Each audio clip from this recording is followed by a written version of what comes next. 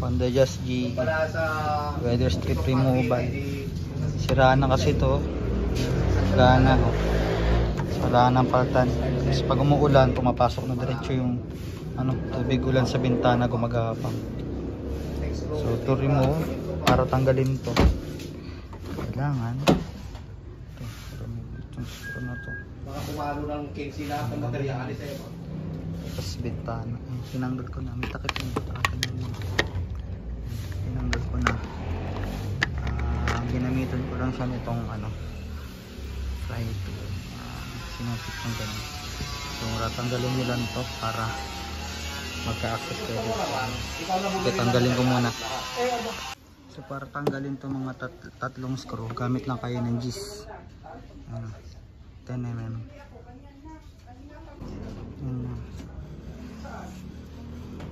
Para matanggal, ibukan nyo lang doon ng konti, tapos kalug-kalugin nyo pa ganun pataas. Ayan, tanggal na siya. So dito, ito na yung luma, sira na. Doon ka muna. So yun, yung bago dito, kailangan ipasok nyo dito yung bago. Pero bago ang lahat, linisin muna natin to gilid para smooth.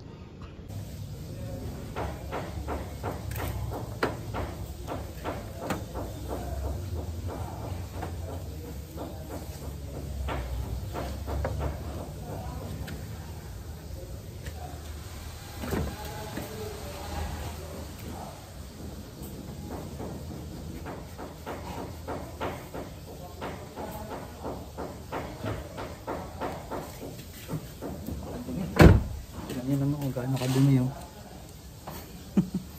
Kailangan talaga linisin. So ayan na, linis na. So yun, kabit na natin yung bago. So nabili ko Lazada Racing, nasa 600 pesos lang yata ito. 100 pesos para sa apat na pinto. Although ang may sira lang sa akin is yung sa passenger driver side, pero papalitan ko na din lahat para sure. Patay ang kulay nila.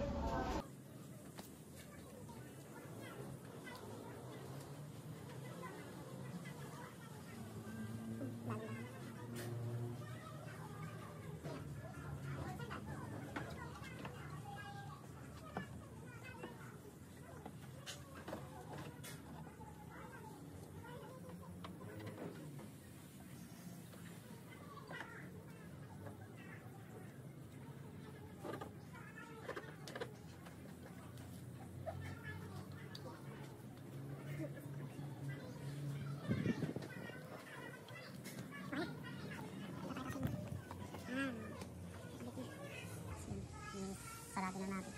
Balik na natin tornilyo.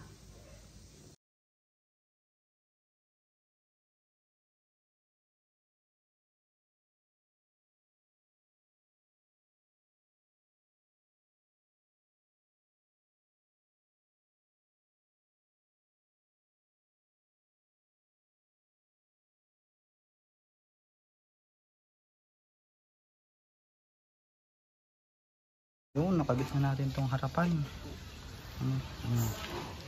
Sa likod naman ganun din. Ito naman tatanggalin nyo dyan. Ito yung triangle na to tutuklapin.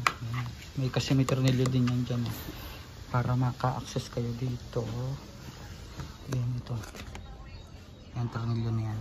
So di ko nabibidyohan, ganun lang din naman kasimple. Yan, ay na. Patanan natin itong sira natin na okay. So Honda Jazz GE lang to. Thank you.